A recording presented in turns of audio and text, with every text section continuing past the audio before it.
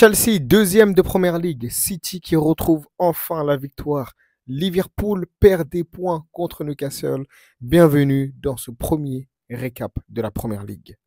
On commence avec le choc de cette journée en Première Ligue, du moins sur le papier, entre Arsenal et Manchester United, qui a vu les Gunners s'imposer 2-0 avec des buts de Timber et de Saliba. Ce que renvoie cette équipe sur coup de pied arrêté est très très fort. Les deux buts marqués aujourd'hui viennent de deux corners et en plus d'être solides défensivement, ils ont cette capacité à être très forts offensivement sur le coup de pied arrêté, ce qui est un très très gros atout.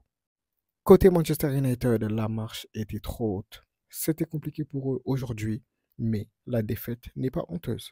On passe maintenant au nouveau deuxième de la Première Ligue, Chelsea. Ils se sont imposés 5-1 sur la pelouse de Southampton et le match a été plutôt facile pour eux. Ils ont mené 3-1 à la mi-temps avec un carton rouge de Southampton.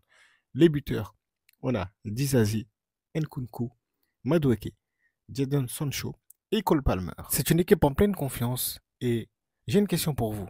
Est-ce que vous pensez qu'ils peuvent aller chercher le titre, sachant que ce dimanche, ils vont jouer contre Tottenham à Tottenham? On passe à l'autre gros match du week-end entre, cette fois-ci, Newcastle et Liverpool, qui a tenu toutes ses promesses. Un excellent match de football avec un but exceptionnel d'Isaac et une grosse performance de Salah qui sort de ce match avec 2 buts et une passe décisive, ce qui fait de lui le meilleur buteur de Première Ligue cette saison et un sérieux candidat pour le Ballon d'Or. Jouer Newcastle chez eux est jamais simple. En plus d'avoir une bonne équipe dans les gros matchs à domicile généralement, ils répondent présents et ils l'ont montré contre Liverpool. Côté Reds, je pense que l'absence de Konaté leur a fait mal car c'est la première fois de la saison qu'ils prennent 3 buts dans le même match, toutes compétitions confondues. Et sans manquer de respect à Gomez, je trouve que Konaté est au-dessus.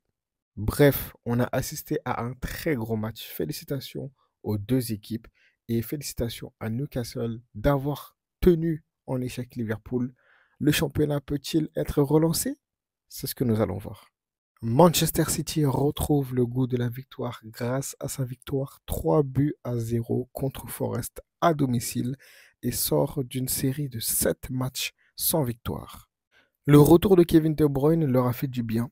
Il a marqué un but et délivré une passe décisive en une mi-temps, ce qui a permis à City de prendre l'avantage. Jérémy Doku vient sceller le score à la 57e minute sur une passe décisive de Erling Haaland.